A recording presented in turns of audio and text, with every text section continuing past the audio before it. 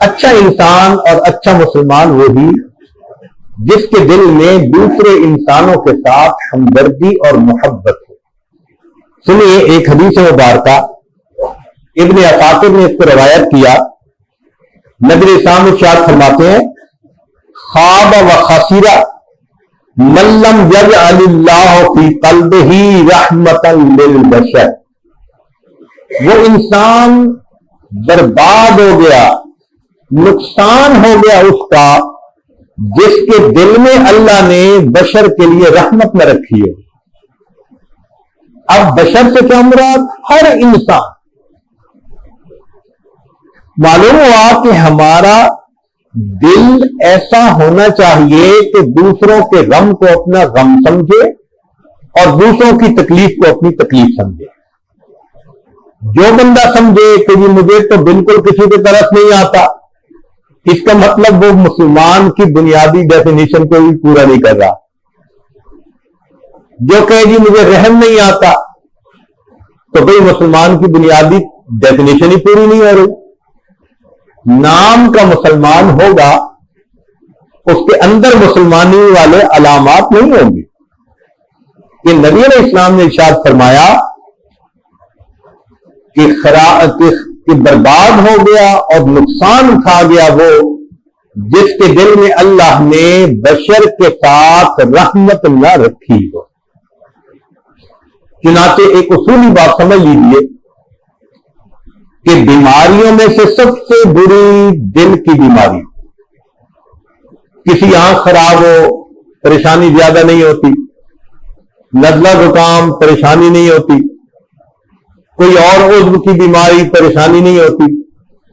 کسی کو کہہ دینا یہ کارڈک پرابلم ہے تو ہر بندہ پریشان ہو جاتا ہے کہ اچھا بڑی سیریس بات ہے. تو معلوم ہوا کہ بیماریوں میں سب سے بری دل کی بیماری، اور دل کی بیماریوں میں سب سے بری دل آزاری ہے کہ انسان دوسروں کے دل کو تکلیف پہنچائے. چنانچہ تکلیف پہنچانے کی کئی صورتیں ہوتی ہیں. ایک تو یہ کہ زبان سے ہی ایسا لفظ بول دیا اگلے کا دل جل گیا، اگلے کو تکلیف پہنچی. کوئی بات کر دی، کوئی لفظ بول دیا، مذاق اڑا دیا، یا پھر کسی کی غیبت کر دی. شریعت نے اس بارے میں مستقل ایک صورت میں مضمون بیان کیا. فرمایا وَيْلٌ لِكُلِّ ہُمَزَةٍ لُمَزَةٍ کہ جہنم کے اندر ایک اسپیشل ڈپارٹمنٹ ہوگا، ایک وادی ہوگی جس کا نام ویل ہوگا. یہ کن کے لیے ہوگا؟ ان لوگوں کے لیے جو عیب جو ہوں اور عیب گو ہوں. یہ دو الگ الگ بیماریاں ہوتی ہیں. بعض بندوں کی نظر اتنی میلی ہوتی ہے کہ انہیں ہر بندے میں عیب نظر آتے ہیں. ہر بندے میں عیب، جس کو دام لے دو اسی میں عیب نکال دیں گے. ایسے بندے کو کہتے ہیں عیب جو، عیب تلاش کرنے والا. اور بعض بندوں کی عادت ہوتی ہے کہ ان کو کسی کی بات کا پتہ چل جائے تو بس ہر مجلس محفل میں اس کو کرتے ہیں. ان کو کہتے ہیں عیب گو. تو عیب جو ہونا الگ بیماری، عیب گو ہونا الگ بیماری. اور کئی لوگوں میں دونوں بیماریاں ہوتی ہیں، عیب جو بھی ہوتے ہیں، عیب گو بھی ہوتے ہیں. تو قرآن مجید میں دو لفظ استعمال کیے، ہومازا اور لومازا، کہ دونوں میں سے جو بیماری بھی ہوگی اس کے لیے بربادی. ویل، یہ ویل کیا ہے؟ جہنم کا ایک ایریا ہے جس میں ان لوگوں کو بھیجا جائے گا جو غیبت کرتے ہوں گے، بہتان لگاتے ہوں گے، لوگوں کے دل دکھاتے ہوں گے، زبان سے دوسروں کو تکلیف پہنچاتے ہوں گے. اور پھر وہاں پر کیا کیا جائے گا؟ آگ کے بنے ہوئے ستون ہوں گے، ان ستونوں کے ساتھ ان کو باندھ دیا جائے گا. اور باندھنے کے بعد پھر وہاں پر آگ ہوگی،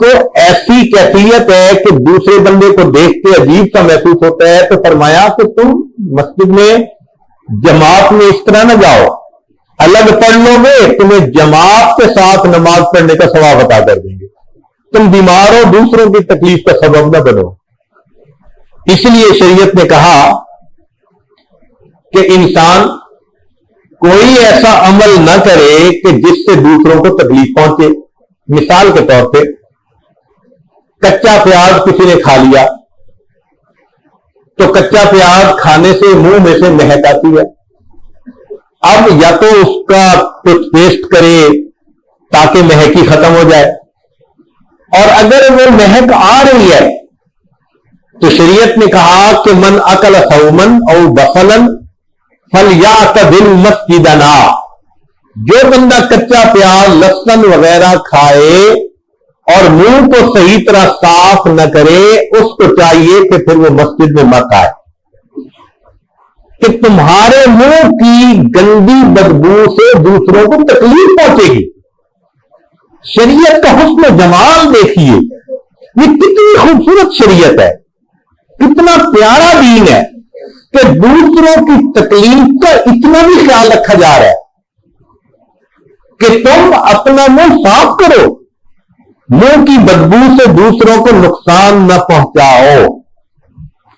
اب یہ تو تھا جو انسان کے جسم سے مہک آتی ہے، اس لیے شریعت نے کہا جو بندہ مزدوری کر رہا ہو اور پسینے والے کپڑے ہو، یا یہ مکینک لوگ کام کرتے ہیں نا، تو پھر ان کے جسم کے کپڑوں پر بہت ڈیزل عجیب لگا ہوا ہوتا ہے، فرمایا اس حالت میں مسجد میں مت آؤ، پڑھنی ہے نماز تو الگ پڑھ لو، کیوں؟ تمہارے آنے سے اور تمہارے پسینے سے اور تمہارے کپڑوں سے دوسروں کو تکلیف پہنچے گی۔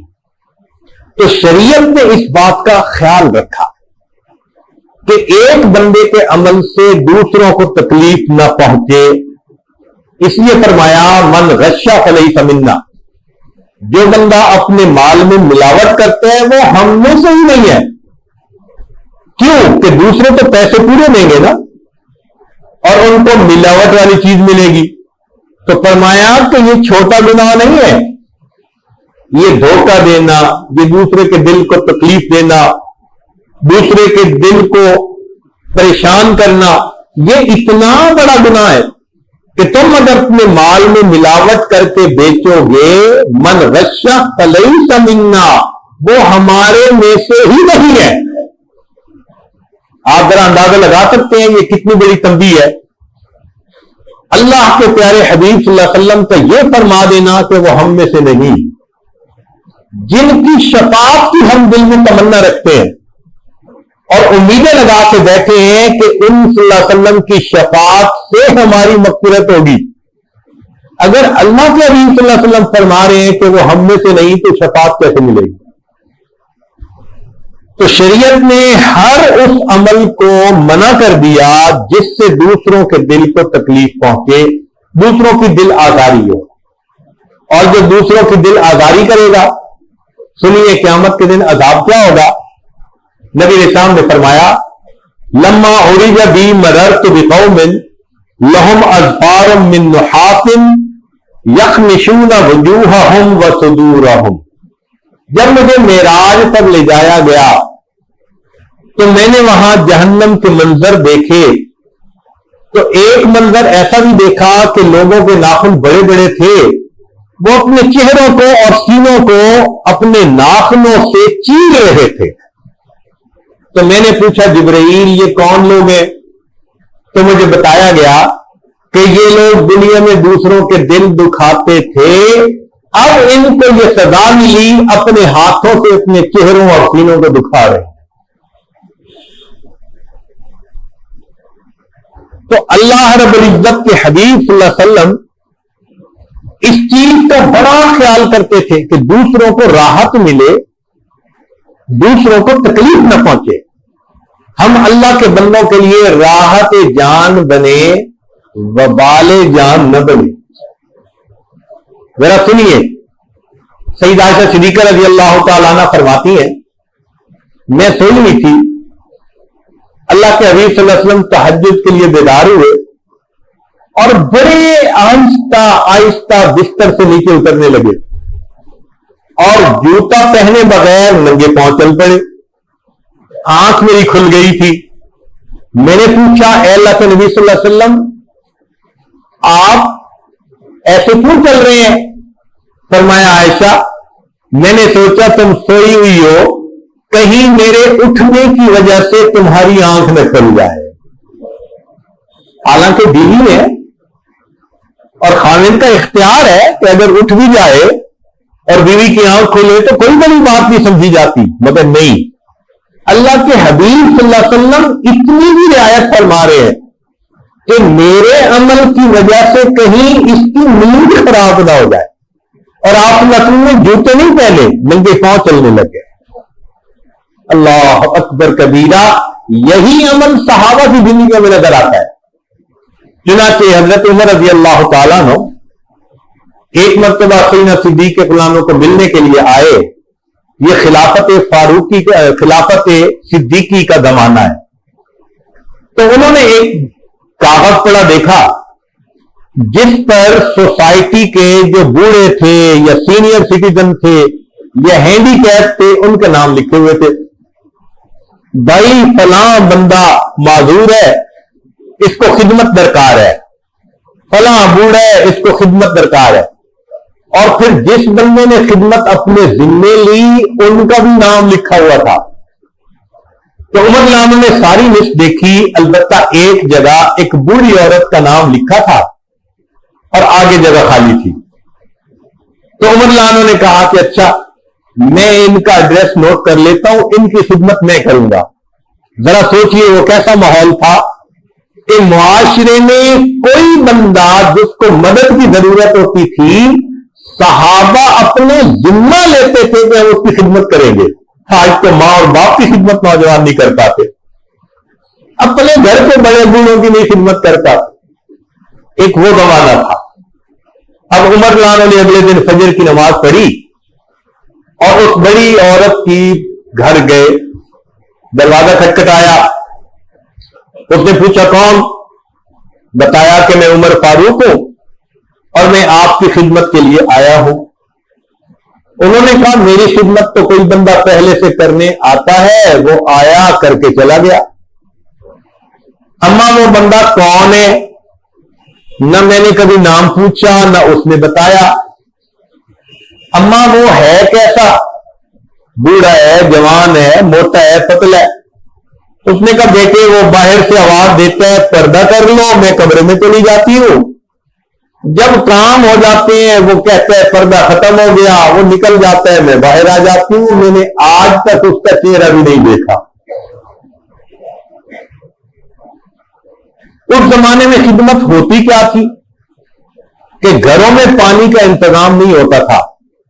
باہر کنویں پہ چشمے پہ پانی ہوتا تھا تو وہاں سے مشک میں پانی بھر کے لاتے تھے اور گھر کے برتن پانی سے بھر دیتے تھے. جو دھونے والے برتن وہ دھو دیتے تھے, جھاڑو دے دیتے تھے. بس یہی خدمت ہوتی تھی. اب جب عمر لانوں کو پتہ چلا کہ کوئی بندہ آتا بھی ہے, خدمت بھی کر کے جاتا ہے اور اس بڑی عورت کو پتہ بھی نہیں, وہ کہنے لگے اچھا میں کل فجر سے پہلے آ جاؤں گا. عمر رضی اللہ تعالیٰ عنہ اگلے دن تہجد پڑھ کے اس بڑھیا کے گھر آ گئے. اما میں آپ کی خدمت کے لیے حاضر. اس نے کہا جی وہ تو جو خدمت کرنے والا آتا ہے وہ آیا تھا اور خدمت کر کے رات کو چلا گیا, وہ بھی عمر فاروق سے. انہوں نے کہا اچھا میں دیکھتا ہوں. اگلے دن انہوں نے عشاء کی نماز پڑھی اور جا کر اس بڑھیا کے گھر کے دروازے کے قریب چھپ کر بیٹھ گئے. میں ساری رات جاگوں گا اور میں دیکھوں گا کہ کون خدمت کے لیے آتا ہے. فرماتے ہیں کہ جب رات گہری ہو گئی, پن ڈراپ سائلنس, ہر طرف تاریکی, لوگ نیند کی آغوش میں چلے گئے. اس وقت میں نے دیکھا ایک آدمی بڑے آہستہ آہستہ پاؤں رکھتا ہوا اس بڑھیا کے گھر کے دروازے کے قریب آیا. جب قریب آیا میں کھڑا ہوا, میں نے پوچھا من انت, آپ کون ہیں؟ تو جواب میں ابو بکر صدیق لانو کی آواز آئی کہ میں ابو بکر ہوں. میں نے کہا امیر المومنین اس بڑھیا کی خدمت آپ کرتے ہیں اور آپ نے اپنا نام بھی نہیں لکھا کہ کسی کو پتہ بھی نہ چلے کہ خدمت کون کرتا ہے. اور میں نے دیکھا کہ صدیق اکبر عنہ کے پاؤں میں جوتے نہیں تھے. میں نے کہا امیر المومنین کیا آپ کے پاس جوتے نہیں تھے یا جوتے گھر چھوڑ کے آئے؟ تو صدیق اکبر عنہ نے جواب دیا یہ رات کا وقت ہے, اللہ کے بندے اللہ کی بندیاں اس وقت سو رہے ہوتے ہیں, میں نے ارادتاً اپنے جوتے گھر اتار دیے, میرے پاؤں کی آہٹ کی وجہ سے کسی کی نیند میں خلل نہ آ رہا ہے. یہ وقت کے امیر المومنین ہے اور ان کا عمل ہے. صحابہ رضوان دوسرے کی دل آزاری کا اتنا خیال رکھتے تھے. چنانچہ ایک قصہ کتابوں میں لکھا ہے کہ چند صحابہ بیٹھے ہوئے تھے, اچانک محسوس ہوا کہ کسی کا وضو ٹوٹ گیا, بو محسوس ہوئی. اب صاف ظاہر ہے کہ جس کی وجہ جس کا وضو ٹوٹا وہ اٹھتا اور وضو کے لیے جاتا, اس کو شرمندگی ہوتی. انسان ہے نا, کچھ چیزیں بس میں بھی نہیں ہوتی, ہو جائیں تو شرمندگی بھی ہوتی ہے. تو ابن عباس ناموں نے نبی علیہ السلام سے عرض کیا اے اللہ نبی صلی اللہ علیہ وسلم اگر آپ اجازت دیں ہم سب کے سب دوبارہ وضو کر کے نہ آئے. فرمایا جاؤ, جتنے صحابہ تھے 10 12 15 سب گئے, اس لیے وضو کر کے آئے کہ جس کی وضو ٹوٹا اس کو کہیں شرمندگی نہ اٹھانی پڑ جائے. وہ کتنا خیال رکھتے تھے کہ دوسرے بندے کے دل کو تکلیف نہ پہنچے. چنانچہ نبی علیہ الصلوۃ والسلام ایک مرتبہ سفر پہ جا رہے تھے. حدیث مبارکہ سنیے. خرج رسول اللہ صلی اللہ علیہ وسلم فی غزاۃ فقال, تو سفر پہ جانے سے پہلے آپ نے ارشاد فرمایا لا یصحبنا اليوم من اذا جارہ, وہ بندہ ہمارے ساتھ سفر پہ نہ جائے جس نے اپنے پڑوسی کو تکلیف دی. فقال رجل, ایک آدمی کھڑا ہوا, اس نے کہا کہ انا بلت فی اصل حائط جاری, میں نے آج اپنے پڑوسی کی دیوار کی بنیاد میں بیٹھ کے بنیاد میں پیشاب کیا. یعنی جیسے دیوار کے قریب بندہ پیشاب کر دیتا ہے اور پیشاب وہ دیوار کی بنیاد میں چلا جاتا ہے. ان کا بھی آج میں نے یہ عمل کیا. فقال, نبی علیہ السلام نے ارشاد فرمایا لا تصحبنا اليوم, تو آج ہمارے ساتھ سفر نہیں کر سکتا اس لیے کہ تو نے پڑوسی کو تکلیف پہنچائی. جو پڑوسی کے دیوار کے قریب پیشاب کر دے, اللہ کے حبیب صلی اللہ علیہ وسلم اسے سفر کے ساتھ بھی لے کے جا رہے. جو لوگوں کے دل دکھاتا ہوگا اللہ کے حبیب اپنے ساتھ جنت میں کیسے لے کے جائیں گے. اور ہم دل بھی کس کے دکھاتے ہیں؟ جو اپنے بیوی کا دل دکھایا, ماں باپ کا دل دکھایا, بھائی کا دل دکھایا, بہن کا اور پڑوسی کا. عجیب, ہمیں اس چیز کی اہمیت کو سمجھنے کی ضرورت ہے. اور عجیب بات کہ لکھے پڑھے ہوتے ہیں. آپ دیکھیں کئی لکھے پڑھے ماسٹر ڈگری کی ہوئی ہے, غلط پارکنگ کر کے چلے جاتے ہیں. اب بھائی اتنی اچھی تعلیم کا کیا فائدہ ہوا کہ آپ نے یونیورسٹی بھی پڑھ لی یا مدرسے میں بھی پڑھ لیا اور آپ نے پارکنگ کرتے ہوئے یہ بھی خیال نہ کیا کہ میری وجہ سے کسی کو تکلیف ہوگی یا نہیں ہوگی. لوگ پریشان ہوتے ہیں, ٹریفک بلاک کر لیتے ہیں. اس قسم کا کوئی بھی کام جس سے دوسرے بندوں کو تکلیف پہنچے شریعت نے اس کو منع فرما دیا ہے. ہمارے اکابر کیسے بچتے تھے, ذرا ایک دو واقعات سن لیجیے تاکہ ہم بات کو مکمل کریں. حضرت مفتی محمد شفیع رحمۃ اللہ علیہ فرماتے ہیں کہ جب میرا زمانہ طالب علمی ختم ہوا تو میں نے افتتاح کر لیا تھا, تخصص فی الفقہ, مفتی بن چکا تھا.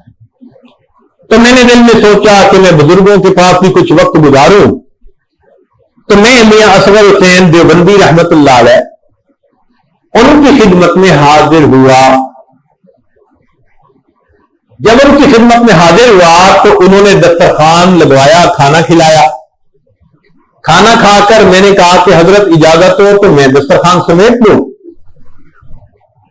تو حضرت نے پوچھا کہ تم نے دسترخوان سمیٹنا کسی سے سیکھا ہے؟ ذرا سنیے, اور مفتی بن چکے ہیں, ان سے کوشچن کر رہے ہیں کہ تم نے دسترخوان سمیٹنا کسی سے سیکھا ہے؟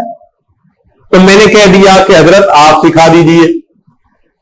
فرمانے لگے کہ میں تو اس طرح سمیٹتا ہوں کہ جو روٹی اور کھانے کے ٹکڑے بچے ہوتے ہیں ان کو میں الگ کر لیتا ہوں اور سالن روٹی بچی ہوئی گھر میں پہنچا دیتا ہوں تاکہ دوسرے وقت استعمال ہو جائے. پھر کچھ چھوٹے چھوٹے ٹکڑے بچے ہوئے ہوتے ہیں, میں ان ٹکڑوں کو اٹھا کے مزید چھوٹا کر دیتا ہوں اور وہ میں باہر پرندوں کو ڈال دیتا ہوں تاکہ ان کو بھی رزق مل جائے. پھر دسترخوان کے اوپر بالکل چھوٹے ٹکڑے ہوتے ہیں جنہیں ذرے کہتے ہیں, میں ان سارے ذرات کو اکٹھا کرتا ہوں اور باہر جہاں چیونٹیاں ہوتی ہیں میں ان ٹکڑوں کو وہاں ڈال دیتا ہوں تاکہ چیونٹیوں کی غذا بن جائے. پھر دسترخوان کے اوپر جو ہڈیاں پڑی ہوتی ہیں میں ان کو الگ کرتا ہوں اور گلی میں فلاں جگہ پر کتے گزرتے ہیں, میں ان ہڈیوں کو فلاں جگہ ڈال کے آتا ہوں تاکہ وہ کتوں کی غذا بن جائے. اور دیکھو تم نے ابھی آم کھائے ہیں جی, تو اس کی جو گٹھلیاں ہیں میں ان گٹھلیوں کو اٹھا کر فلاں گراؤنڈ ہے جہاں بچے کھیلنے آتے ہیں شام کو, میں اس گراؤنڈ کے قریب جا کے ڈال دیتا ہوں تو بچوں کو آم کی گٹھلیاں مل جاتی ہیں, وہ گٹھلیوں سے کھیلتے ہیں, ان کے دل خوش ہوتے ہیں. اور یہ جو آم کے چھلکے بچے ہیں نا, میں ان کو باہر گلی میں ڈھیر کی شکل میں نہیں ڈالتا.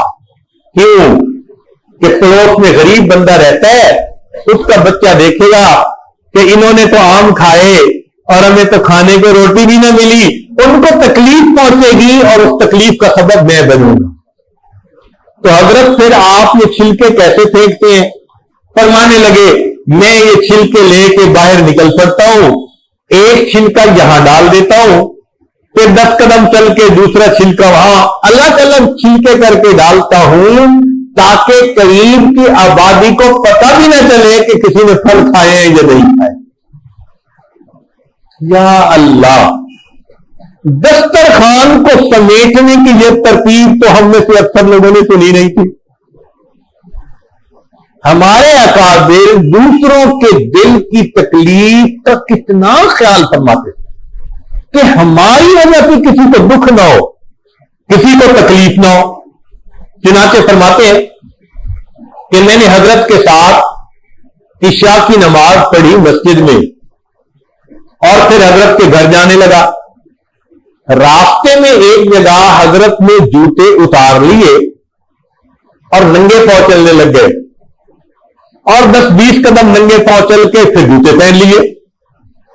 مجھے بڑی حیرت ہوئی, حضرت یہ درمیان میں کوئی مسجد کا ٹکڑا تو آیا نہیں تھا کہ آپ نے جوتے اتار لیے ہوں, ننگے پاؤں چلے ہو, اور نہ کوئی اتنا صاف جگہ تھی, عام گلی تھی. تو حضرت نے فرمایا کہ سنو, اس جگہ پر جو گھر ہے وہ ایک غیر مسلم عورت ہے جو جسم فروشی کا کام کیا کرتی تھی, اب بوڑھی ہو گئی اور اس کے پاس کسٹمر تھوڑے آتے ہیں. میں جب یہاں سے گزرتا ہوں رات کا وقت ہوتا ہے, مجھے خیال ہوتا ہے کہ کہیں وہ کسی کے انتظار میں نہ بیٹھی ہو, اور مرد کے جوتوں کی آواز سن کے اس کو امید لگے گی کہ کوئی میرے پاس آیا ہوگا. میں جوتے اتارتا ہوں, اس کو مرد کے قریب سے گزرنے کا پتہ ہی نہ چلے اور میری وجہ سے اس کو تکلیف نہ پہنچے. غیر مسلم اس عورت کا بھی اتنا خیال. اللہ اکبر کبیرہ. اولئک آبائی فجئنی بمثلہم اذا جمعتنا یا جریر المجامع. یہ تھے ہمارے اکابر، یہ تھے جن کو اللہ نے اخلاق محمدی صلی اللہ علیہ وسلم کا نمونہ بنایا تھا۔ وہ دوسروں کے دلوں کو راحت پہنچاتے تھے، ان کو تکلیف نہیں پہنچاتے تھے۔ انسان تو انسان، وہ جاندار کوئی بھی چیز ہوتی اس کو بھی تکلیف نہیں دیتے تھے۔ چنانچہ سنیے، ایک بزرگ تھے، بیوی نے کہا جی میرے لیے بازار سے کپڑا لے آئے۔ فرمانے لگے بہت اچھا۔ وہ گئے اور بازار سے تھان کپڑے کے لے آئے اور لا کے کپڑے دیے۔ تو بیوی نے کہا ہاں بڑا اچھا کپڑا ہے، مجھے پسند آیا۔ کہنے لگے اچھا یہ ایک تھان ابھی میں لے آتا ہوں۔ وہ تھان لے کے گئے اور کچھ دیر بعد واپس آ گئے۔ بیوی نے پوچھا تھان بدلا تو نہیں، کیوں لے کے گئے تھے؟ فرمانے لگے میں نے اس تھان کے اوپر ایک چیونٹی کو چلتے دیکھا، اور یہ چیونٹی میں نے اس دکان پر ان چیونٹیوں کو چلتے ہوئے دیکھا، تو مجھے لگا کہ یہ وہاں سے تھان کے اوپر چیونٹی گھر آ گئی، اب یہ اپنے خاندان سے الگ ہوتی، میں تھان لے کر گیا، چیونٹی کو وہاں چھوڑ کر تھان کو خالی لے کے واپس آیا۔ اگر چیونٹی کی بھی اذیت کا خیال رکھتے تھے ہمارے بزرگ، تو کیا اللہ کے بندوں کی اذیت کا ہم خیال نہیں رکھ سکتے؟ ہم قیامت کے دن اللہ کو کیا جواب دیں گے؟ آج تو ہم میں سے بعض دوست ایسے ہیں جیسے بے سینگ کے بکرے ہوتے ہیں نا، ادھر ہو گیا تو اس کو سینگ لگا دیا، ادھر ہوا تو اس کو سینگ لگا، ذرا سی بات پہ جھگڑا کر لیتے ہیں، الجھ پڑتے ہیں، ہاتھ اٹھا لیتے ہیں، گالیاں نکالنی شروع کر دیتے ہیں، اور کئی مرتبہ تو زندگی بھر کا غیر کما لیتے ہیں۔ یہ بندے کہاں سے ہوئے؟ یہ بندے نہیں، یہ تو جانوروں میں سے جانور ہیں۔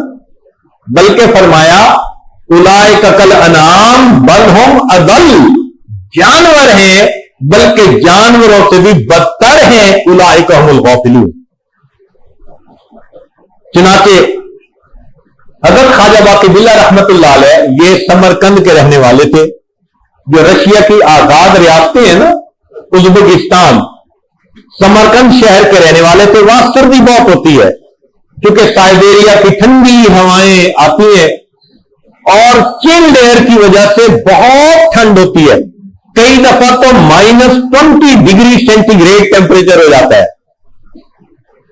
حضرت خواجہ باقی باللہ رحمت اللہ علیہ نے ایک مرتبہ تہجد کی نماز پڑھی، جب نماز ادا کر لی تو ٹھنڈ بھی لگ رہی تھی، باوجود اس کے کہ کمبل چیزیں لی ہوئی تھی، تو سوچا کہ میں جلدی سے بستر میں آ جاؤں۔ جب بستر کی طرف آئے تو دیکھا کہ ایک بلی جو کہیں تھی وہ آ کے رضائی میں گھس گئی تھی، تو سوچا کہ بلی کو بھی ٹھنڈ لگ رہی تھی، وہ بھی رضائی میں گھس گئی، اگر میں رضائی میں سوؤں گا تو بلی کی نیند خراب ہوگی۔ تو حضرت اٹھ کر واپس مصلی پہ آئے، سردی برداشت کرتے رہے، حتیٰ کہ فجر ہو گئی، بلی چلی گئی، تب بستر پر آئے۔ اس واقعے پر ان کے شیخ کو الہام ہوا کہ ان کو کہیے کہ یہاں سے یہ ہندوستان کی طرف جائیں، ان کو ایک بڑا شہباز ملے گا۔ چنانچہ شیخ کے حکم پر خواجہ باقی باللہ رحمت اللہ علیہ سمرقند سے ہجرت کر کے دہلی آئے، اور یہاں ان کے مرید مجدد الثانی رحمت اللہ علیہ بنے۔ ایک بلی کی تکلیف کا خیال کرنے پر اللہ نے دیکھو ان کو کیسا شاگرد عطا فرما دیا۔ عمر بن عاص رضی اللہ عنہ کا مشہور واقعہ ہے، وہ مصر کے فاتح تھے، مصر فتح کیا، پیچھے ان کے خیمے تھے اور کئی دن ان کو آگے مصروف رہنا پڑا۔ تو جب کام مکمل ہو گیا تو انہوں نے اپنے لوگوں کو حکم دیا کہ بھئی خیمے سمیٹو اور اب شہر جا کے رہو۔ جب اپنا خیمہ سمیٹنے کے لیے آئے تو دیکھا کہ خیمے کے اندر ایک کبوتری نے انڈے دیے ہوئے اور اس نے اپنی گھونسلہ بنا لیا۔ تو سوچنے لگے کہ میں اگر خیمہ یہاں سے ہٹاؤں گا تو اس پرندے کو تکلیف ہوگی، میں آگے بغیر خیمے کے سو لیا کروں گا، مگر میں اس خیمے کو یہی رہنے دیتا ہوں۔ چنانچہ سارے لوگ چلے گئے، وہ خیمہ وہی رہا۔ خیمے کو عربی میں فستاق کہتے ہیں۔ آج اس جگہ پر فستاق نام سے ایک پورا شہر آباد ہو چکا ہے، جو ہمیں یاد دلاتا ہے کہ ہمارے بڑے انسان تو انسان ان پرندوں اور چھوٹے جانداروں کی راحت تکلیف کا بھی کتنا خیال کیا کرتے ہیں۔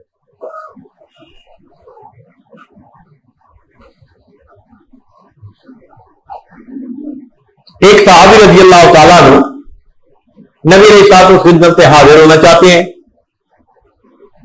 ان کو ایک درخت کے اوپر نا چھوٹے چھوٹے پرندے کے بچے نظر آئے، بڑے خوبصورت تھے۔ انہوں نے وہ بچے اٹھا لیے، لے کر چل پڑے۔ ابھی راستے میں تھے کہ انہوں نے دیکھا کہ ان پرندوں کی ماں جیسے آ گئی، وہ کہیں دانا چگنے گئی ہوئی ہوگی، اور اس نے ان کے سر کے اوپر چکر لگانے شروع کر دیے۔ یہ صحابی اس میسج کو نہیں سمجھے کہ یہ ماں کیا چاہتی ہے، یہ بچوں کو لے کے چلتے رہے۔ کچھ دیر کے بعد وہ چڑیا بالآخر ان کے کندھے کے اوپر آ کر بیٹھ گئی، تو انہوں نے اس کو بھی پکڑ لیا۔ صحابہ کرام کی ایک بڑی خوبصورت بات یہ تھی کہ ہر آنے والی نئی بات کو وہ نبی اسلام کے سامنے پیش کرتے تھے، پوچھتے تھے کہ شریعت کا حکم کیا ہے۔ چنانچہ نبی علیہ السلام کی خدمت میں حاضر ہوئے، اے اللہ کے حبیب صلی اللہ علیہ وسلم میرے ساتھ یہ واقعہ پیش آیا۔ نبی علیہ السلام نے فرمایا کہ دیکھو، ماں گئی ہوئی تھی، تم نے چھوٹے بچوں کو اٹھا لیا، جب واپس آئی اس نے دیکھا کہ گھونسلہ خالی ہے، وہ پریشان ہوئی، تلاش میں نکلی، تمہارے ہاتھ میں بچے دیکھے، وہ تمہارے سر پہ چکر لگاتی رہی، آوازیں نکالتی رہی، وہ تم سے فریاد کر رہی تھی مجھے میرے بچوں سے دور نہ کرو، مجھ سے بچوں کی جدائی برداشت نہیں ہو سکے گی، لیکن تم اس کا میسج نہیں سمجھے۔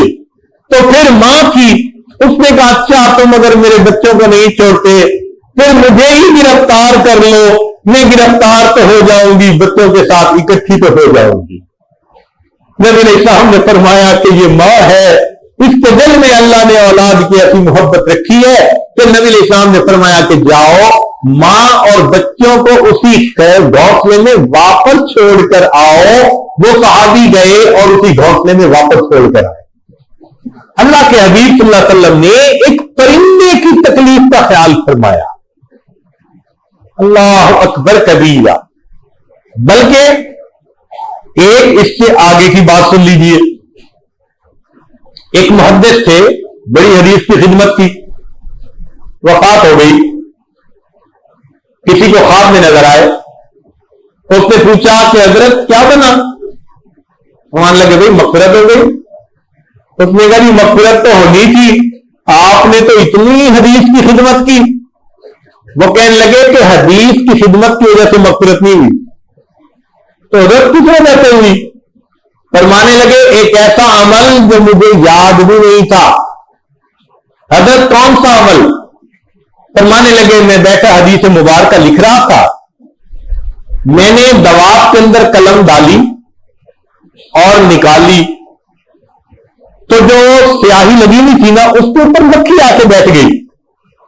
میرے دل میں خیال گیا یہ مکھی پیاسی ہوگی اور یہ سیاہی پینا چاہتی ہے، تو میں نے چند سیکنڈ کے لیے اپنی قلم کو وہی پکڑے رکھا کہ یہ تسلی سے پی لے۔ وہ 1-2 سیکنڈ کے بعد اڑ کے چلی گئی۔ میں نے پھر حدیث لکھنی شروع کر دی۔ اللہ کریم نے فرمایا تم نے ایک مکھی کی پیاس کا خیال رکھتے ہوئے اپنے ہاتھ کو ایک جگہ روکا تھا، ہم نے اس عمل پر جہنم کی آگ کو تجھ پر حرام کر دیا۔ ہم ذرا اپنے گریبان میں جھانک کے دیکھیں، ویئر ڈو وی اسٹینڈ؟ ہم تو اللہ کے بندوں کو دل دکھاتے ہیں، گھروں میں بیویاں رو رہی ہوتی ہیں اور صاحب موبائل پہ لگے ہوئے ہوتے ہیں، ان کو زلیخائیں نہیں بھولتی، پیچھے بھاگ رہے ہوتے ہیں دوسری تیسری کے, گناہوں کی زندگی میں لگے ہوتے ہیں, اور گھر میں اپنی بیوی آنسو بہا رہی ہوتی, اس کو راتوں میں نیند نہیں آتی, پریشان کرتے ہیں چھوٹی چھوٹی باتوں پر. اس کو تو گویا انسان ہی سمجھتے. تو معلوم ہوا کہ ہمیں اپنی زندگی میں بہت ساری تبدیلی لانے کی ضرورت ہے. یہ جو بے حس دل ہے, اللہ رب العزت بے حس انسان کو پسند نہیں فرماتا, اس کو حساس بنانا پڑے گا. سنیے ذرا حدیث مبارکہ, اذبت امرأۃ فی حرۃ سجنتها حتی ماتت ودخلت فیہا النار. ایک نیک عورت تھی, بلی کہیں کہیں دودھ پیتی تھی, اس کو غصہ تھا, اس نے اس بلی کو باندھ دیا اور کھانا پینا بھی نہ دیا حتیٰ کہ وہ بلی مر گئی. حدیث پاک میں ہے اس گناہ پر اللہ رب العزت نے سب عبادتوں کو ٹھکرا کر اس کو جہنم دی. تم نے بلی کو کیوں بھوکا پیاسا مارا؟ اب ایک سوال پیدا ہوتا ہے کہ اگر دوسرے کے دل کی اذیت اللہ کو اتنی ناپسند ہے تو ہم تو پتہ نہیں کتنوں کو اذیت پہنچا چکے, اب کیا کریں؟ تو بھائی دو کام, ایک تو یہ کہ جن کے بارے میں پتا ہے ہم نے غیبت کی, ہم نے دل دکھایا, جھگڑا کیا, ان سے معافی مانگ لی جائے, اور معافی مانگنے میں شرم محسوس نہ کریں.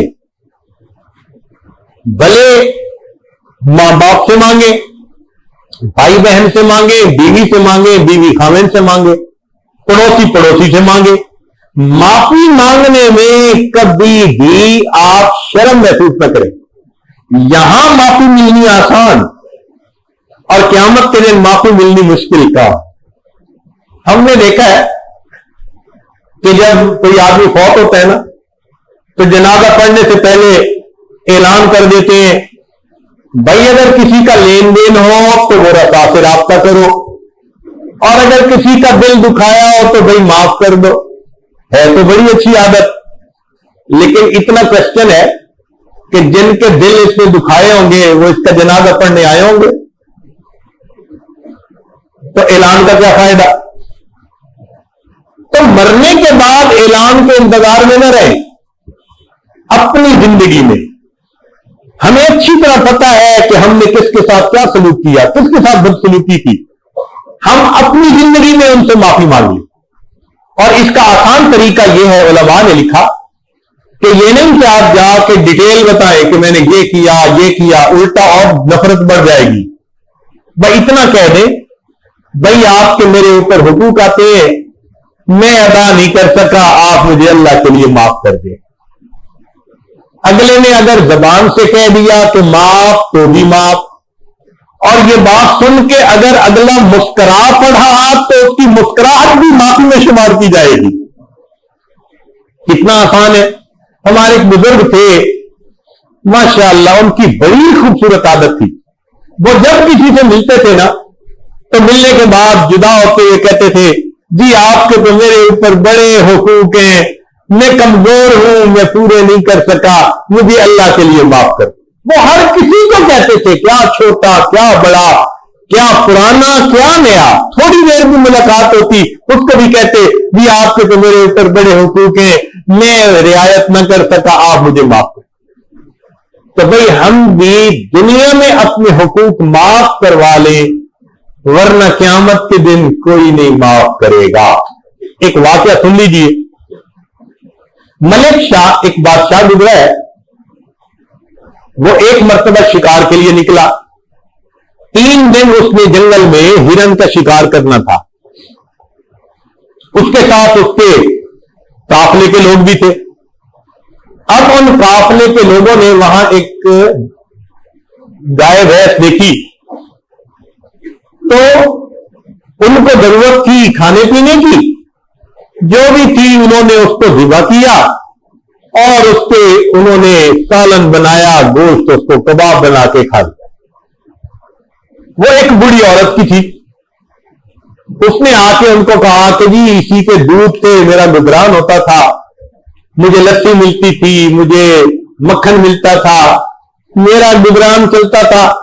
آپ لوگوں نے اس کو کباب بنا کے کھا لیا تو مجھے قیمت دے دو, میں دوسری بھینس خرید لوں. انہوں نے کہا کہ پیسے بھی نہیں. وہ بڑی پریشان. اس نے کہا اچھا مجھے بادشاہ سے ذرا بات کرنے دو, میں ان سے مانگ لیتی ہوں. انہوں نے کہا نہیں, تجھے آگے بھی جانے کی اجازت نہیں. اب وہ پریشان کہ میں کیا کروں. کسی نے مشورہ دیا کہ ملک شاہ اچھا انسان ہے اور یہ ایک دن کے بعد واپس جائے گا. راستے میں ایک دریا پڑتا ہے, دریا پر ایک ہی پل ہے, دوسرا راستہ واپسی کا نہیں ہے, تو آپ چلی جاؤ اور پل کے اوپر بیٹھ جاؤ. جب بادشاہ کی سواری گزرے گی تو اپنی بات کر دینا, تو بادشاہ آپ کو بھینس کی قیمت دے دے گا. وہ بوڑھی عورت وہاں پہنچ گئی. دوسرے دن جب بادشاہ کی سواری آئی تو جب پل پہ پہنچی تو بوڑھی عورت کھڑی ہوئی اور بوڑھی عورت نے بادشاہ کی سواری کی لگام پکڑ لی. ملک شاہ کہنے لگا اماں کیوں سواری روکی ہے؟ تو بوڑھی عورت نے جواب دیا کہ ملک شاہ میرا اور تیرا ایک معاملہ ہے, میں تجھ سے یہ پوچھنا چاہتی ہوں اس پل پہ فیصلہ کرنا چاہتا ہے یا قیامت کے دن پل سے رابطے کرنا چاہتا ہے؟ کہتے ہیں جب اس بوڑھی نے یہ الفاظ کہی تو ملک شاہ کہاں اٹھا, سواری سے نیچے اترا, بات پوچھی, 7 جانوروں کی قیمت اس کو دی, 7 جانوروں کی قیمت دے کے کہا اماں اسی پل پہ معاف کر دو, میں تم سے رابطے حساب دینے کے قابل نہیں. تو ہم بھی یہ سوچے کہ ہم نے بھی جو معافیاں مانگنی ہے اسی دنیا میں مانگ لیں, کہ جائے کہ کل پل سے رابطے ہمیں بھی پکڑ کے کھڑا ہو.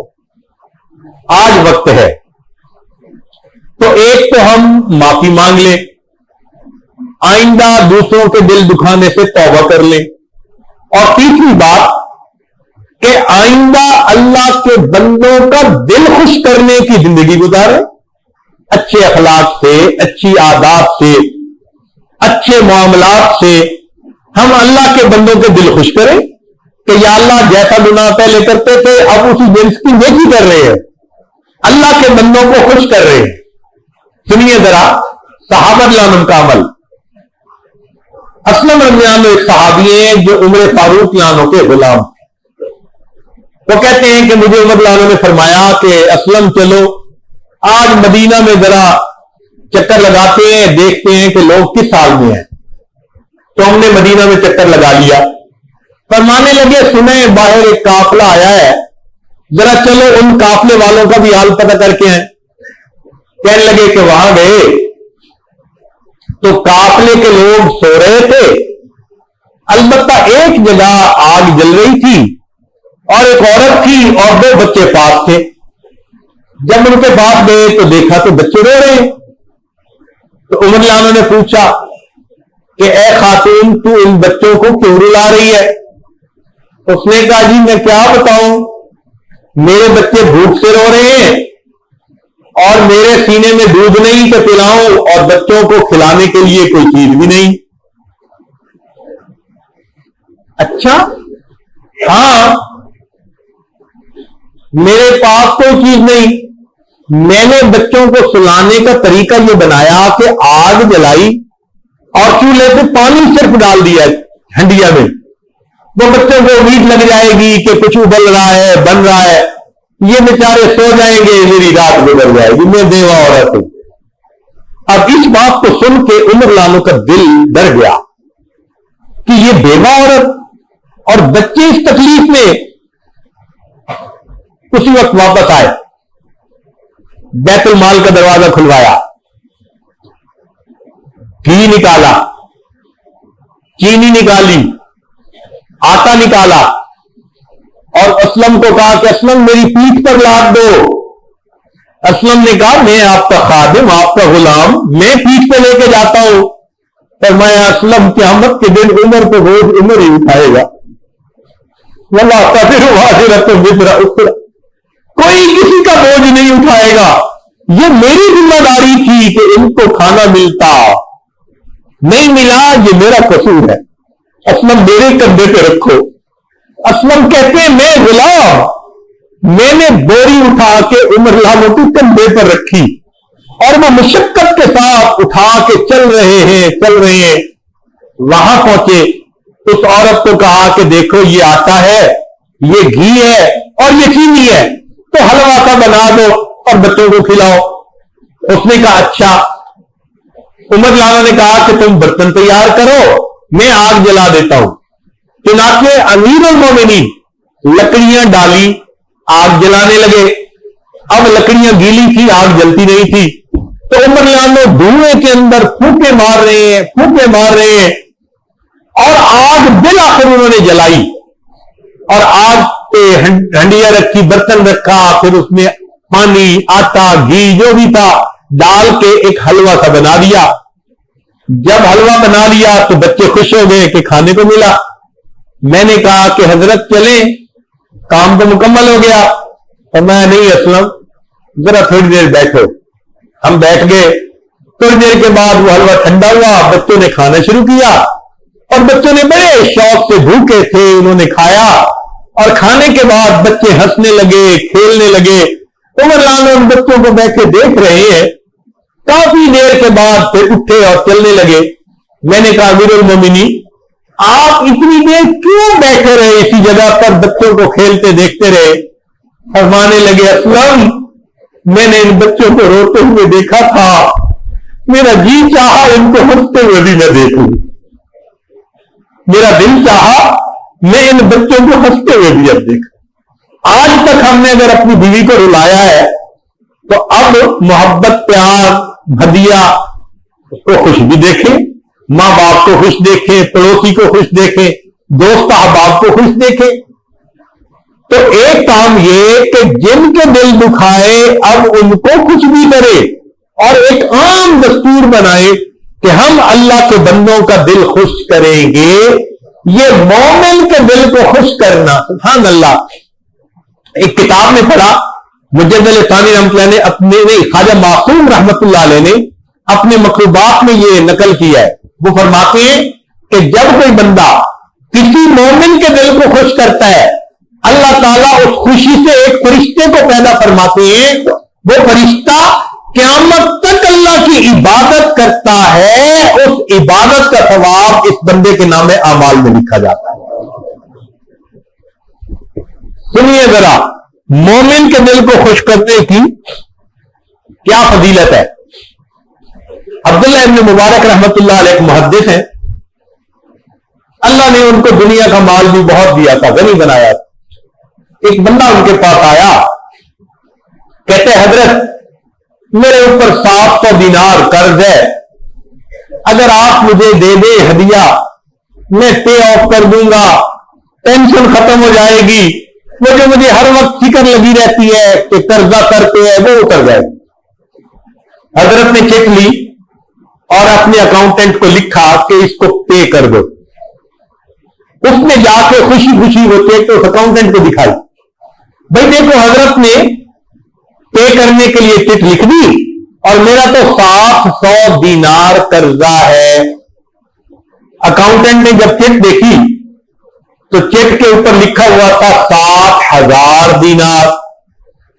وہ کنفیوز ہو گیا، بھائی ضرورت اس کو 700 کی ہے اور حضرت نے 60,000 لکھے.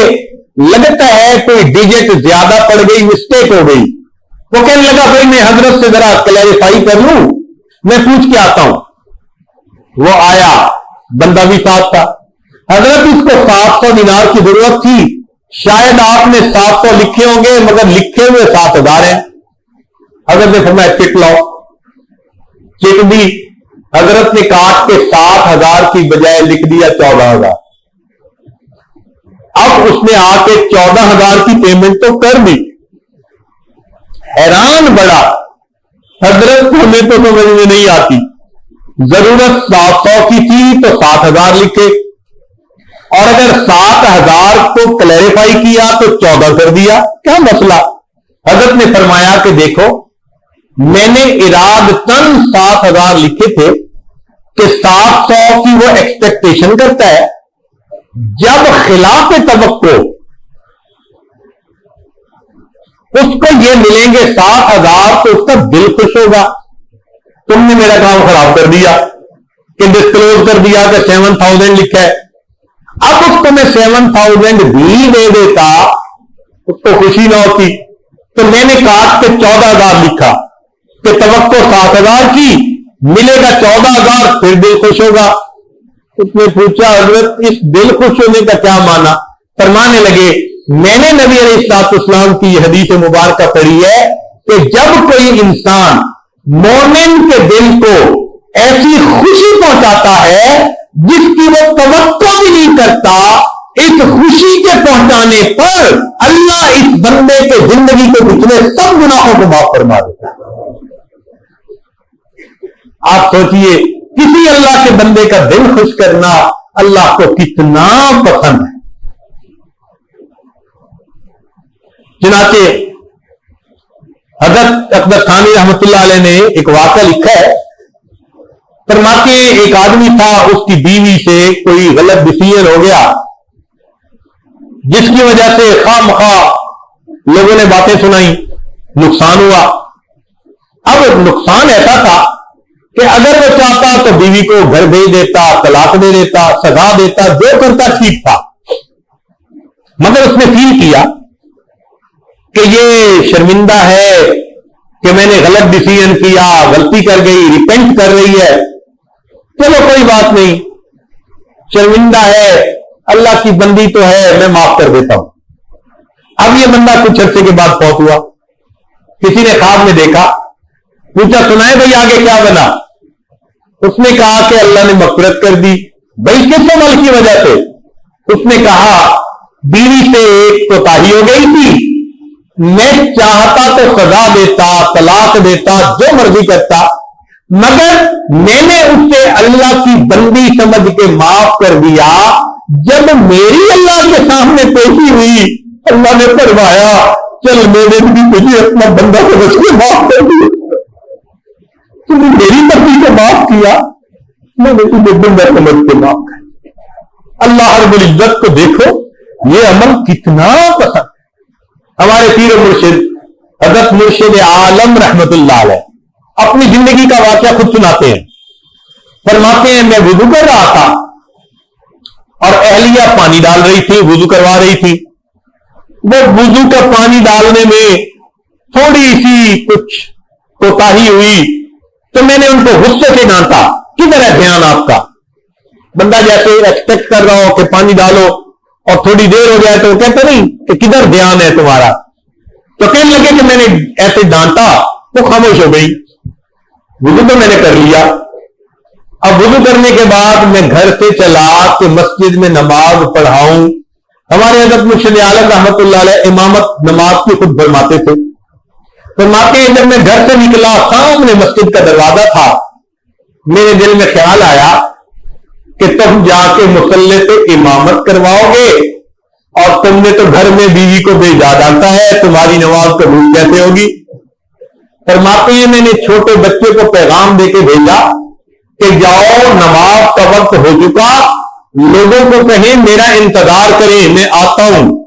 اور میں وہیں سے واپس لوٹا اور میں نے آ کے بیوی سے معافی مانگی کہ مجھ سے بھیجا بات نکل گئی, آپ کا دل دکھا ہوگا, معاف کر دے. وہ کہنے لگی مسکرا کے کہ نہیں میں نے تو کوئی نہیں محسوس کیا. جب میں نے اس کو مسکراتا دیکھا تب میں نے آ کے امامت کروائی. اب میری اور نمازیوں کی نماز اللہ کے ہاں قبول ہوگی. ہمارے لیے اس میں بہت آئی اوپنر ہے کہ ہمیں زندگی کیسے گزارنی ہے. سبحان اللہ, نبی علیہ الصلوۃ والسلام نے ایسے اخلاق بھری زندگی گزارنے کی تعلیم دی کہ اگر ہم گزارنا شروع کر دیں تو ہم اپنے ساتھ والوں کے لیے راحت الجاز بن جائیں. عبداللہ مبارک رحمۃ اللہ کا واقعہ ہے, یہودی تھا تو اس سے کوئی مکان خریدنے آیا. مکان کی قیمت تھی 1000 دینار, یہودی نے مانگے 2000 دینار. تو وہ بندہ کہنے لگا کہ بھائی اس لوکیلٹی میں 1000 دینار کا مکان ہوتا ہے، تم تو ڈبل پرائس مانگ رہے ہو۔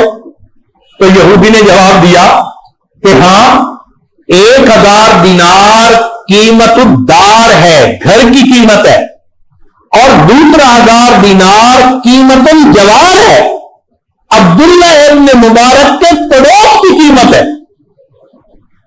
وہ بندہ چلا گیا، عبداللہ ابن مبارک کو پتا چلا، آپ آئے اور آپ نے کہا کہ دیکھو بھائی تمہارا مکان دگنی قیمت پہ بک رہا تھا نا، تم نے نہیں دیکھا، فکر نہ کرو، یہ 1000 دینار میری طرف سے ہدیہ لو، تم میرے پڑوسی بنے رہو۔ جب آپ نے اس کو 1000 دینار دیے، چہرہ دیکھا تو اس کے دونوں رخساروں پہ آنسو تھے۔ پوچھا رو کیوں رہے ہو؟ کہنے لگے کہ تمہارے اخلاق نے مجھے کلمہ پڑھنے تو مجبور کر دیا۔ ہمارے اکابر اتنے خوش اخلاق زندگی گزارنے والے تھے، ان کے معاملات کو دیکھ کر لوگ کلمہ پڑھ لیا کرتے۔ اب بات کو سمیٹتا ہے یہ عاجز حضرت تھانوی رحمۃ اللہ نے ایک اپنا عجیب واقعہ لکھا ہے، علماء طلباء ذرا توجہ سے سنیں۔ فرماتے ہیں کہ میرے گھر والوں کو اپنے خاندان میں کسی نکاح شادی تقریب میں شرکت کے لیے جانا ضروری تھا، اور گھر میں انہوں نے کچھ مرغیاں رکھی ہوئی تھی، تو مجھے جاتے ہوئے وہ کہہ گئے کہ جی ان مرغیوں کو اتنے بجے پانی دے دینا، ڈال دینا، دانے ڈال دینا۔ میں نے کہا بہت اچھا۔ چنانچہ پہلا ایک دن تو میں نے اہتمام سے چیزیں ڈال دی، دوسرے دن میں بیان القرآن تفسیر لکھنے کے لیے جب بیٹھا تو فرماتے ہیں کہ میرے ذہن میں کوئی نقطہ نہیں آ رہا، طبیعت نہیں چل رہی۔ میں نے احادیث کو دیکھا، تفاسیر کو دیکھا، غور کیا کہ اس آیت کی تفسیر میں کیا لکھوں، طبیعت بند ہو گئی جیسے۔ میں بڑا حیران، بڑا سوچتا رہا کہ آج میری طبیعت کیوں نہیں چل رہی قرآن کی تفسیر لکھنے میں۔ اچانک میرے دل میں خیال آیا کوئی مجھ سے گناہ تو سرزد نہیں ہوا کہ جس کی نحوست کی وجہ سے اللہ نے علوم و معارف کی بارش کو روک دیا ہو۔ فرمانے لگے میں بڑا سوچتا رہا، کوئی بھی کام میں نے خلاف شرع نہیں کیا تھا، تو میں حیران کہ کیا ہوا۔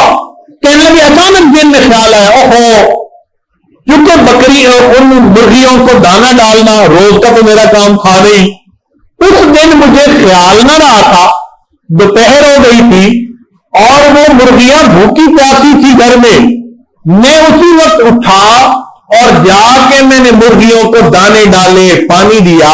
جب مصلے پر آ کر بیٹھا، اللہ نے علوم تفسیر کی پھر بارش فرما دی۔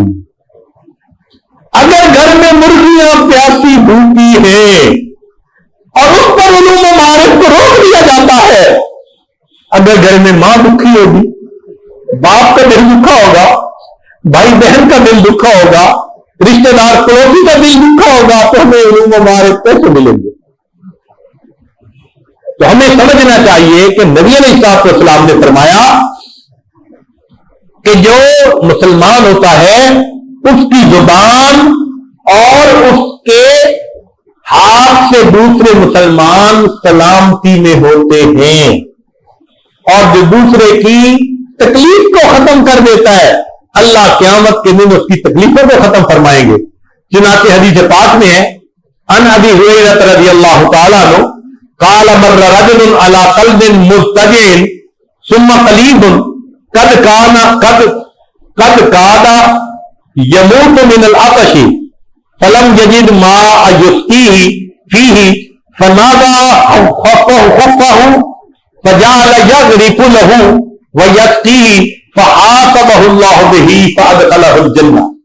ایک بندہ تھا، اس نے ایک کتے کو دیکھا جو پیاسا ہے، اور پیاس کی شدت کی وجہ سے وہ مرنے کے قریب تھا۔ اب اس کے پاس پانی نہیں تھا، اس نے قریب دیکھا کوئی کنواں تھا، اس نے جوتا اتارا اور جوتے کے اندر اس نے وہاں سے پانی نکالا اور کتے کو پلایا۔ کتے کو جب پانی ملا اس نے خوشی کی آواز نکالی، خوشی کی آواز نکالنے پر اللہ نے اس کے لیے جنت کا فیصلہ فرمایا۔ کتے کو پانی پلانے پر جنت کا فیصلہ اور بلی کو بھوکا پیاسا مارنے پر جہنم کا فیصلہ. آپ سوچئے اگر ان جانداروں کے ساتھ معاملہ کرنے کا یہ ہے تو انسانوں کے ساتھ پھر معاملہ کرنے میں کیا ہوگا؟ آج ہمیں چاہیے کہ زندگی میں اب تک جو خطائیں کر چکے اس پہ ندامت اور ان سے معافی، اور آئندہ اللہ کے بندوں کے لیے باعث رحمت بن کر زندگی گزارنے کا ارادہ کریں.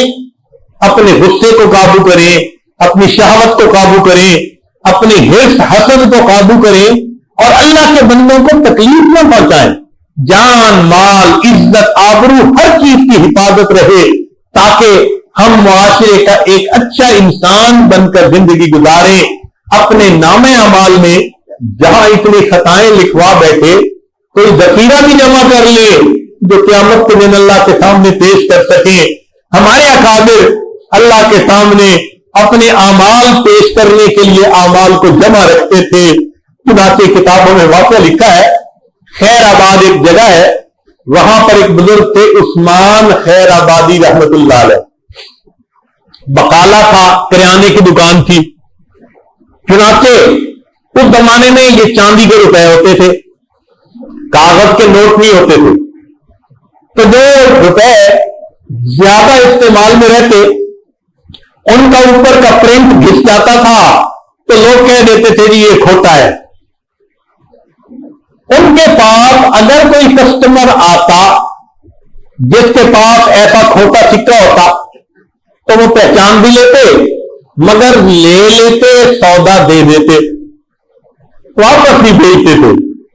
ساری زندگی یہی معمول رہا، کھوٹے سکے لیتے رہے، سودا دیتے رہے. کہتے ہیں کہ جب ان کی وفات کا وقت قریب آیا، آخری لمحہ تھا، لیتے ہوئے تھے، اٹھ کر بیٹھ گئے، دعا مانگنے لگے، اللہ میں ساری زندگی تیرے بندوں سے کھوٹے سکوں کو قبول کرتا رہا، اللہ تو بھی میرے کھوٹے سکوں کو قبول کر، میں کھوٹے سکوں کو قبول کرتا رہا، اللہ تو بھی میرے کھوٹے عملوں کو قبول. ہمارے بزرگ ایسے عمل جمع کرتے تھے، شاید کوئی عمل اللہ کو پسند آ جائے. تو آج کے بعد ہم عہد کریں، ہم بھی دوسروں کے دل خوش کریں گے، دوسروں کو راحت پہنچائیں گے، دوسروں کی تکلیف کو اپنی تکلیف سمجھیں گے. ہم کوئی ایسا کام نہیں کریں گے کہ جس سے دوسروں کو تکلیف پہنچے، اور امید کریں گے کہ اللہ تعالیٰ قیامت کے دن ہماری تکلیفوں کو بھی ختم فرمائے، اور اس ایمان والوں کے، اللہ کے بندوں کے دل خوش کرنے کی وجہ سے اللہ قیامت کے دن ہمارے دلوں کو بھی خوش فرمائے. وآخر دعوانا ان الحمد للہ رب العالمین.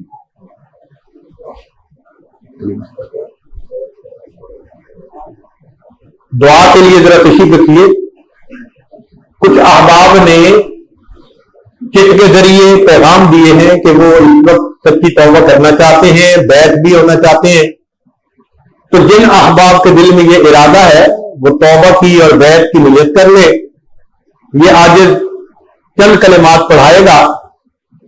الحمدللہ وکفی وسلام علی عبادہ الذین اصطفی، اما بعد. آپ وہ کلمات پیچھے پیچھے پڑھتے جائیے. بسم اللہ الرحمن الرحیم. لا الہ الا اللہ محمد رسول اللہ. آمنت باللہ وملائکتہ وکتبہ ورسلہ والیوم الآخر والقدر خیرہ وشرہ من اللہ تعالی والبعث بعد الموت. آمنت باللہ کما ہوا باسمائہ وصفاتہ وقبلت جمیع احکامہ اقرار باللسان وتصدیق بالقلب. اشہد ان لا الہ الا اللہ واشہد ان محمدا عبدہ ورسولہ. استغفر اللہ ربی من کل ذنب واتوب الیہ برحمتک یا ارحم الراحمین۔ ان کلمات کو پڑھنے سے اب آپ توبہ طائب ہو چکے ہیں۔ چند معمولات سن لیجیے۔ 100 مرتبہ درود شریف صبح و شام، 100 مرتبہ استغفار صبح و شام، قرآن مجید کی روزانہ تلاوت، چلتے پھرتے ہر وقت دل میں اللہ تعالیٰ کا دھیان، اور روزانہ 10-15 منٹ صبح اور شام ذکر قلبی یعنی مراقبہ۔ ذکر قلبی کا طریقہ سن لیجیے، بہت آسان ہے کہ آپ جب نماز پڑھیں تو تھوڑی دیر ظاہر کی آنکھوں کو بند کر لیں، من کی آنکھوں کو کھول لیں اور یہ سوچیں کہ اللہ رب العزت کی رحمت آ رہی ہے، دل میں سما رہی ہے، دل کی ظلمت اور سیاہی دور ہو رہی ہے، اور میرا دل اللہ اللہ اللہ یہ میرا دل کہہ رہا ہے۔ زبان سے کچھ نہیں پڑھنا، زبان تالو سے لگی ہوئی ہے۔ وہ دل کا عشق صادق ہے، وہ کب پر یاد کرتے ہیں، لبوں پہ مہر خاموشی دلوں میں یاد کرتے ہیں۔ تو بس آپ بھی اسی طرح دل میں اللہ کو یاد کریں، اس کو ذکر خفی، ذکر سری، ذکر خامل، ذکر قلبی، حدیث پاک میں سب نام اسی کے لیے آئے ہیں، جس کو ملائکہ بھی نہیں سن سکتے، حافظہ بھی نہیں سن سکتے، اور یہ زبانی ذکر سے بھی 70 گنا زیادہ فضیلت حضرت شیخ الحدیث رحمۃ اللہ نے فضائل ذکر میں یہی لکھا ہے۔ تو بس اس کو 10-15 منٹ آپ کریں، اس سے آپ کے دل کی کیفیات اچھی ہوگی، بیٹری چارج ہو جائے گی۔ اس کی مثال یوں سمجھے کہ سیل فون آپ روزانہ یوز کرتے ہیں تو اس کی بیٹری ڈسچارج ہو جاتی ہے، تو روزانہ چارجر سے لگاتے ہیں۔ اگر کسی دن لگانا بھول جائے، بیٹری فلیٹ اور کمیونیکیشن ختم، بیٹھے ہوتے ہیں میں کال کر نہیں سکتا، سن نہیں سکتا، بیٹری ٹھیک نہیں۔ جس طرح اس کی بیٹری فلیٹ ہو جاتی ہے، ہم جب لوگوں کے ساتھ سارا دن انٹریکٹ کرتے ہیں نا تو ہماری بھی کیفیات کی بیٹری ڈاؤن ہو جاتی ہے، اس کو بھی چارج کرنے کی ضرورت ہے۔ یہ جو مراقبہ ہے نا، یہ دل کی بیٹری کو اللہ کی رحمت والے اس چارجر سے لگانے کی ضرورت ہے۔ روزانہ 15-20 منٹ صبح اور شام اگر چارج کرتے رہیں گے تو یہ ایمان کی بیٹری مضبوط رہے گی اور آپ شریعت و سنت والی زندگی گزاریں گے۔ اللہ تعالیٰ اپنی سچی محبت عطا فرمائے۔ ابھی دعا سے پہلے ہم چند منٹ اس کی مشق بھی کر لیں گے۔ سب احباب کی خدمت میں گزارش ہے، جہاں ہیں، بیٹھے ہیں یا کھڑے، تھوڑی دیر کے لیے اپنی آنکھیں بند کر لیں اور اللہ سے لو لگا لیں۔ اوپر نہ دیکھیں، سب نیچے دیکھیں۔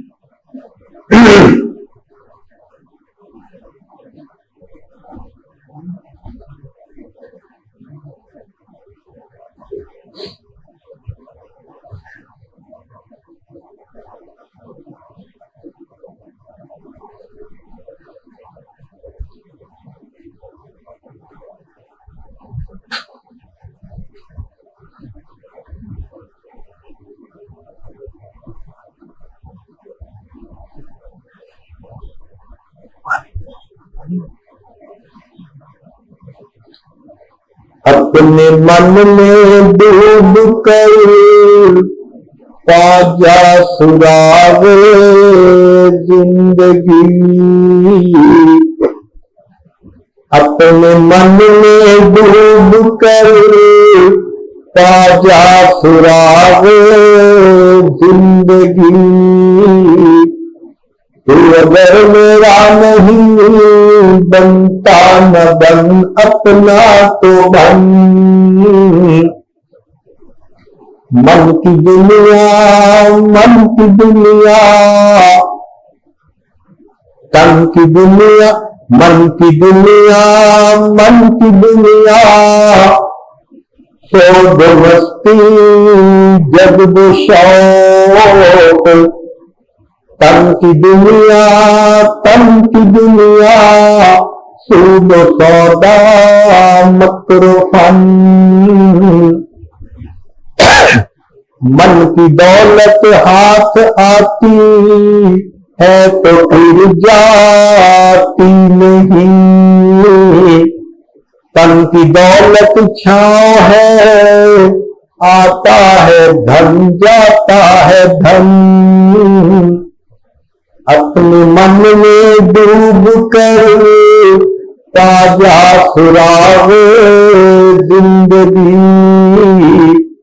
تو اگر میرا نہیں بنتا نہ بن اپنا تو بن، پانی پانی کر گئی مجھ کو قلندر کی یہ بات، تو جھکا جب غیر کے آگے نہ تن تیرا نہ من، پانی پانی کر گئی مجھ کو تو مرشد کی یہ بات، تو جھکا جب نفس کے آگے نہ تن تیرا نہ من۔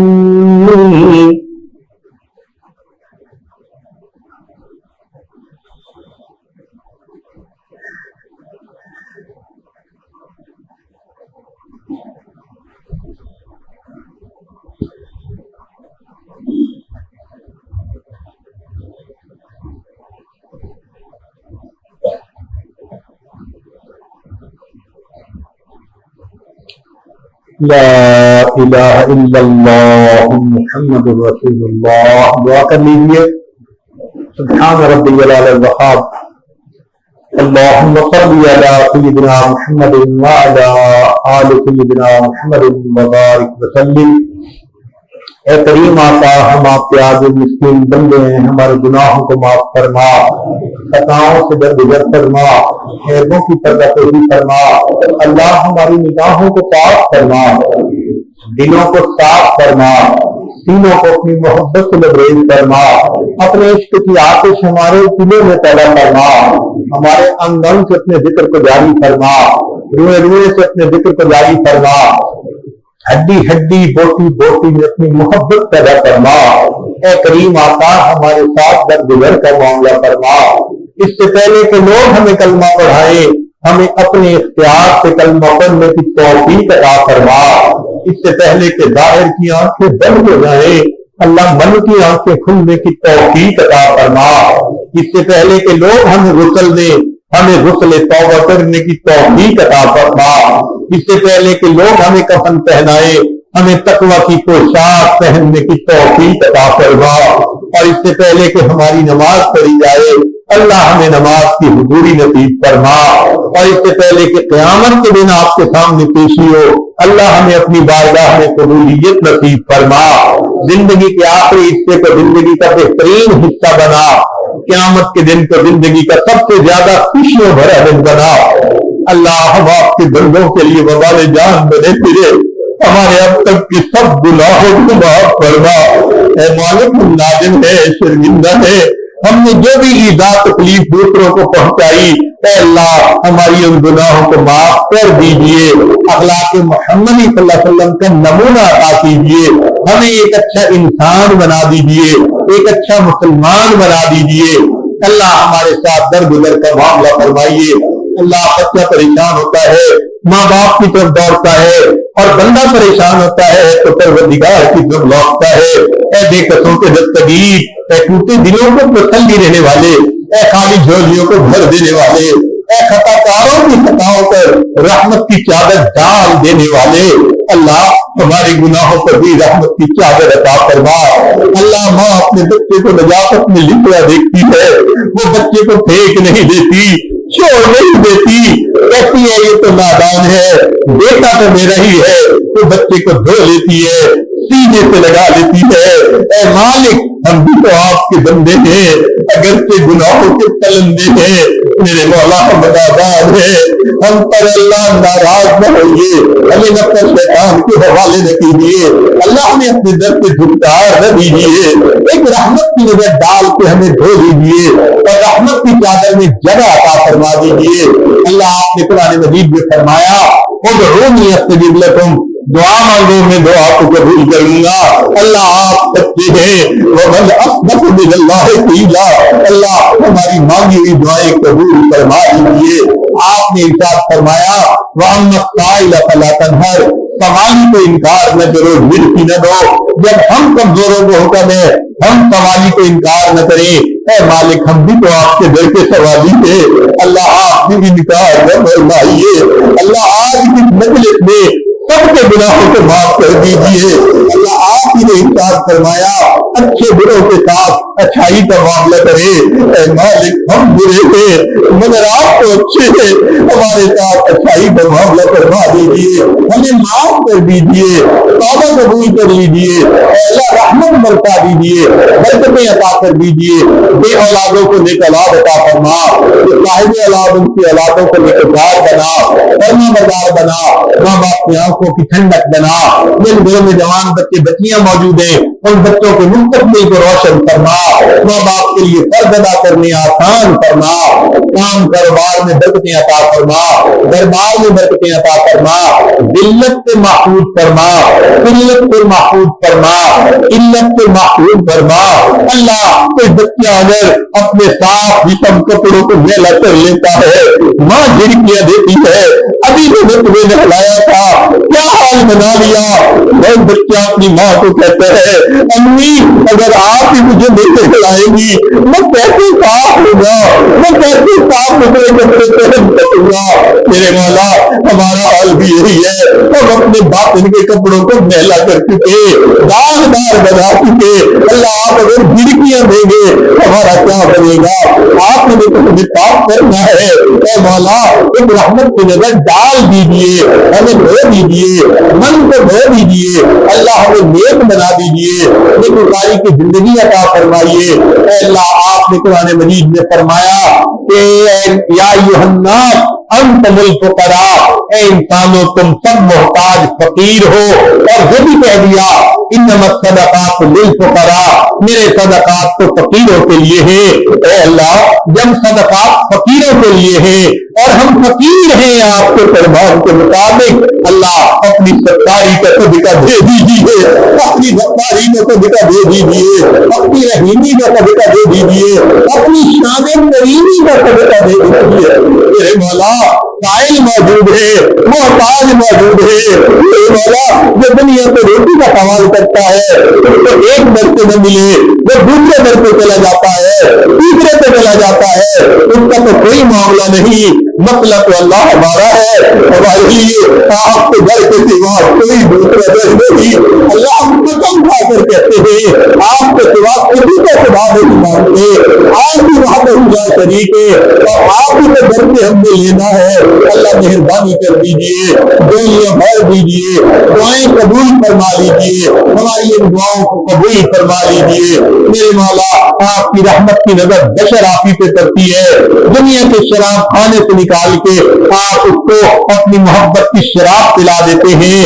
آپ کی رحمت کی نظر فضیل بن عیاض پر پڑتی ہے, ڈاکوؤں کی سرداری سے نکال کے انہیں بھار بناتے ہیں.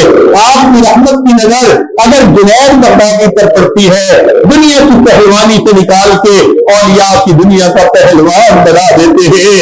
اے کریم ایک رحمت کی ایسی نظر ہم مسکینوں پر بھی ڈال دیجیے. اے اللہ ایک نظر, میرے مولا ایک نظر, اے کریم ایک نظر محبت بری, میرے مولا ایک نظر. اے اللہ پورے مجمع میں اگر کوئی بندہ ایسا ہے جن کے اعمال سے آپ خوش ہیں, ہم آپ کو اس کا واسطہ دیتے ہیں. اللہ اس مجمع میں چھوٹے چھوٹے معصوم بچے بھی آپ اٹھائے بیٹھے ہیں, ہم آپ کو ان کے ہاتھوں کی معصومیت کا واسطہ دیتے ہیں. میرے مولا آپ ایک مرتبہ محبت کی نظر ڈال دیجیے, اس مجمع کو محبت کی نظر کو دیکھ لیجیے, کرم فرما دیجیے. میرے مولا مہربانی کا معاملہ فرمائیے. اے اللہ ہماری عمر گزر گئی یہی کہتے کہتے ہم اللہ کے ہیں, ہم اللہ کے ہیں, ہم اللہ کے ہیں. اللہ ایک مرتبہ تو آپ ہی کہہ دیجیے کہ تم میرے ہو. ایک مرتبہ اللہ, ایک مرتبہ اللہ, ایک مرتبہ اللہ, ایک مرتبہ فرما دیجیے کہ تم میرے ہو. میرے مولا ایک مرتبہ فرما دیجیے کہ تم میرے ہو.